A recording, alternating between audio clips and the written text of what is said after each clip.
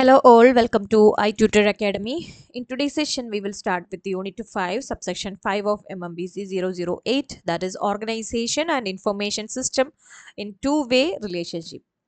So please refer the last video for the Unit 5, subsection 1 onwards. Okay, so a system is an assembly of elements arranged in a logical order to achieve certain objectives. An organization is also a system.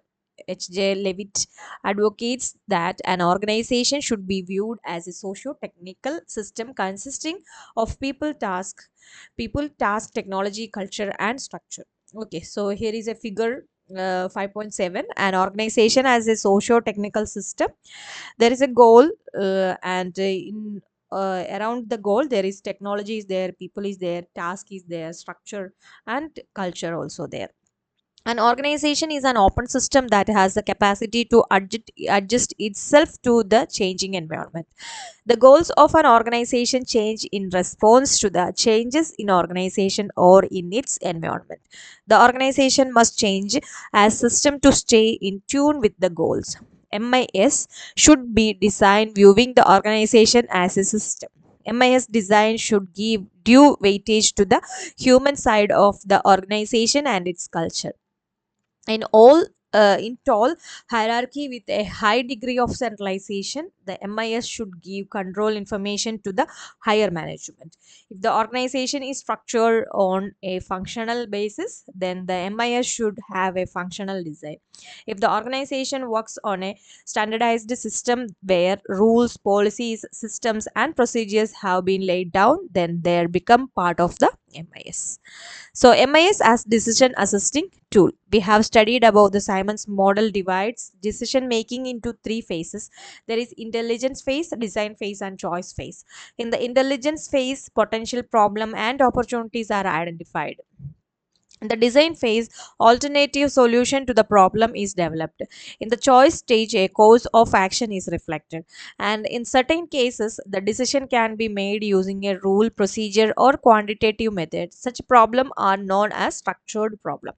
For example, an organization may decide to place a purchase order for every purchase requisition without worrying about merging them. Such a decision can be easily programmed. The organization may have fixed reorder point and fixed reorder quantity irrespective of demand. An automated system such as transaction processing system and MIS are often used to handle programmed decision. And such a system generate reports for concerned people so that they can take action. The decision taken is known as programmed decision.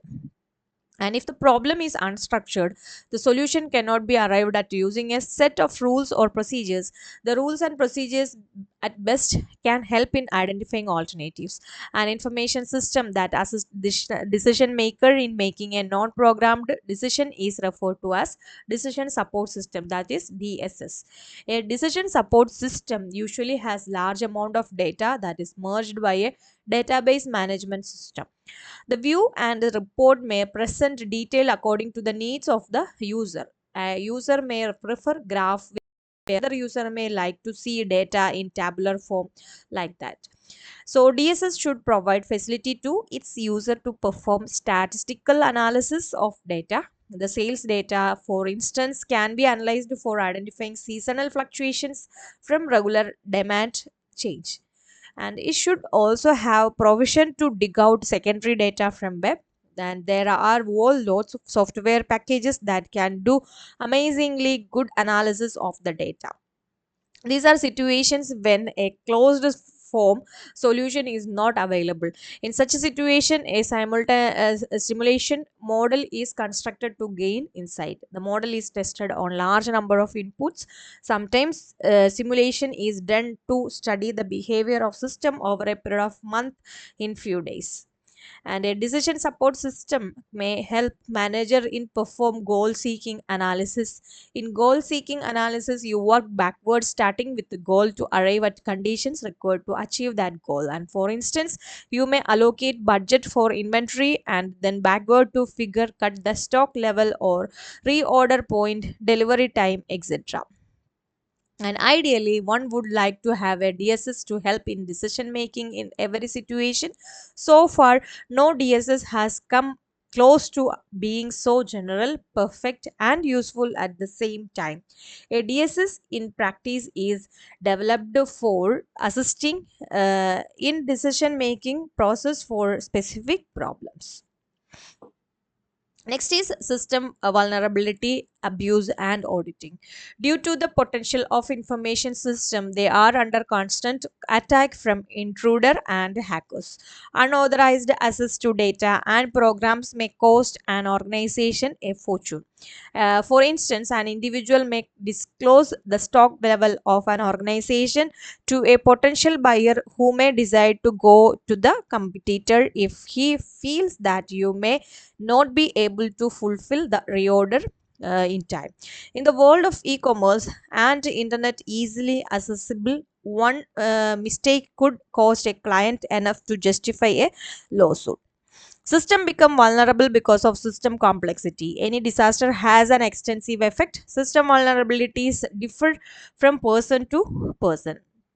User identification, authentication, and subtle software modification. Programmer disable protective feature, reveals protective measure, and maintenance staff disabled hardware devices uses stand alone utilities.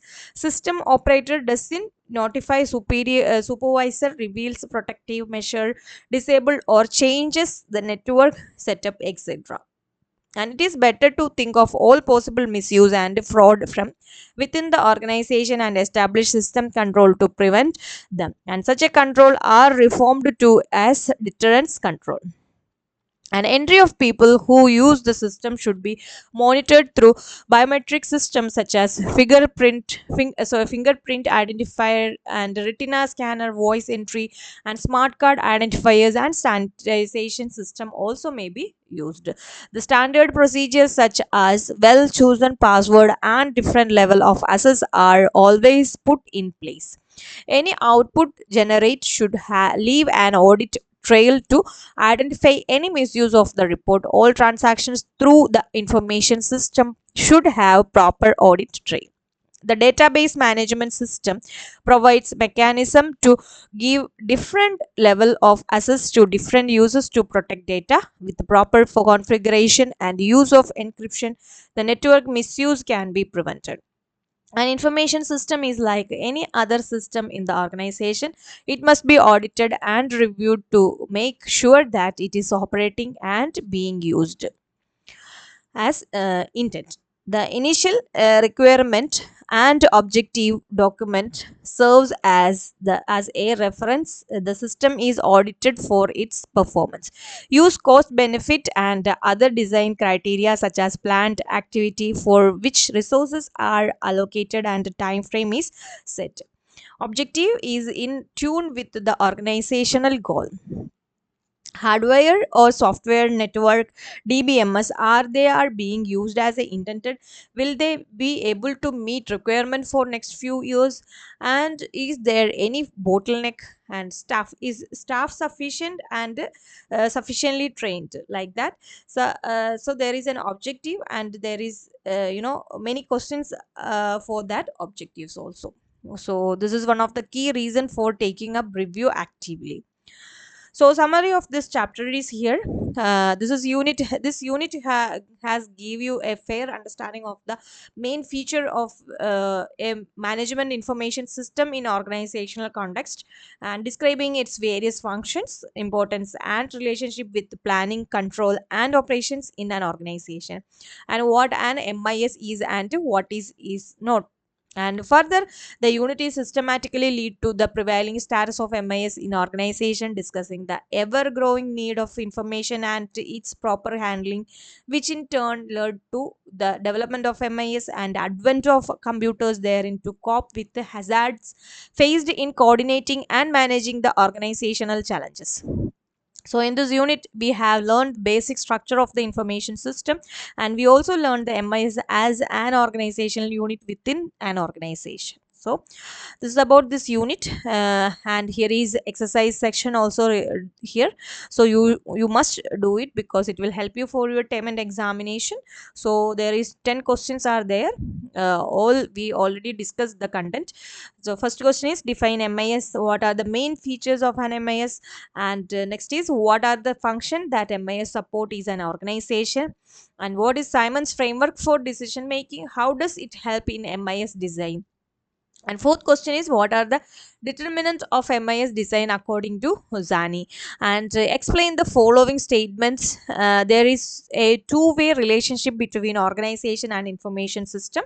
Discuss fully the purpose of an information system. In the end, the information system is recognized only as a foundation for human judgment, insight, and inventiveness. Discuss what impact does the implementation of programmed decision making have on the management system of an organization, and compare and contrast programmed decision making information system and decision assisting information system, and what are different type of controls and audit required for an information system. So these are 10 questions, and with your assignment you must do this also. In between any doubts you can contact us anytime, and for more MBA videos you just do like, share and subscribe our channel. Thank you so much. i-tutor Academy presents Ignou Mba complete syllabus coverage classes for individual students, semester-wise subject with online and flexible timing. For more details, contact on +916 238 21785.